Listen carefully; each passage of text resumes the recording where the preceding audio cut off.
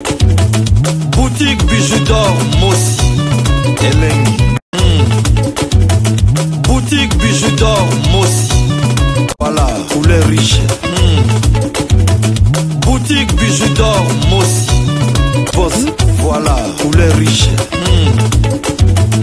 Boutique Bijou d'Or. Boutique Bijou d'Or Mossi Elengi. Ce papa irresponsable. Au télémarana exotique, mon menima sanga. Bamakangu kidi. Château rouge ko yungana lokolo bungisi mutu. Mambabano ki parate, devoir au salarate.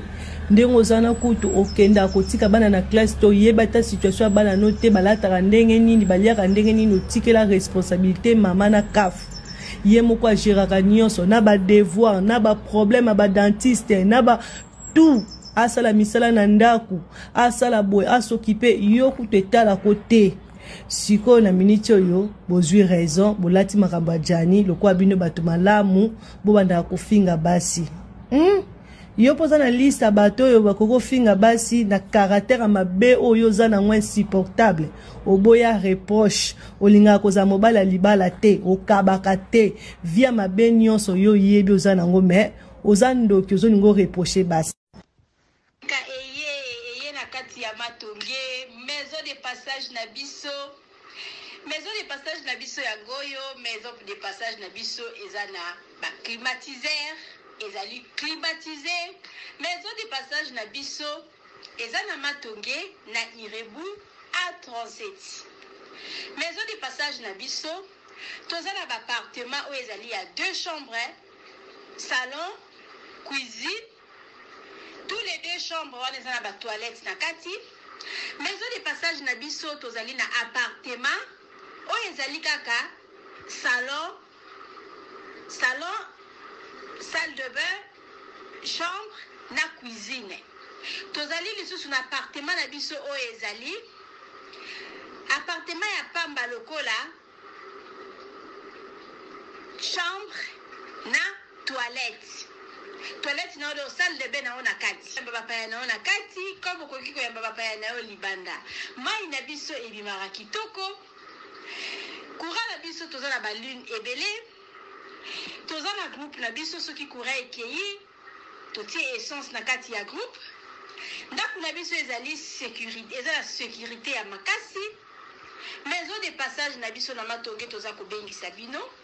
Mwana nyonso to ya poto. Benga numéro Zomona. Appartement, chambre, salon, cuisine. Moni kuna, tozala na basali, tozala na douche, tozala na nyonso tout. Congélateur. Réchaud.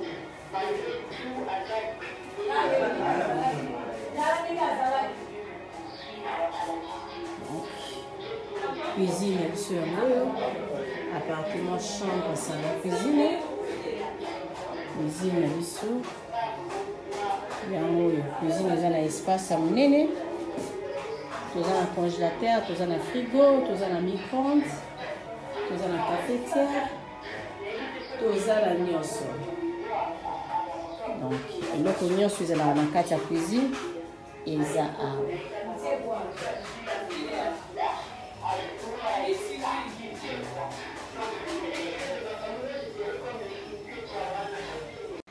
Oui, appartement, chambre, salon, cuisine. Appartement, chambre, salon, cuisine.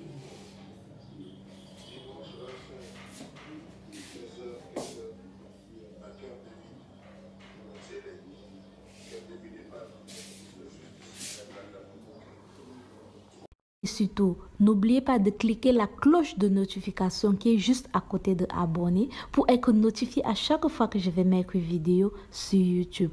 En faisant ce petit geste, vous m'aidez non seulement et aider aussi ma chaîne à grandir. Alors mes abonnés, alors mes loulous, je compte sur vous. À bientôt.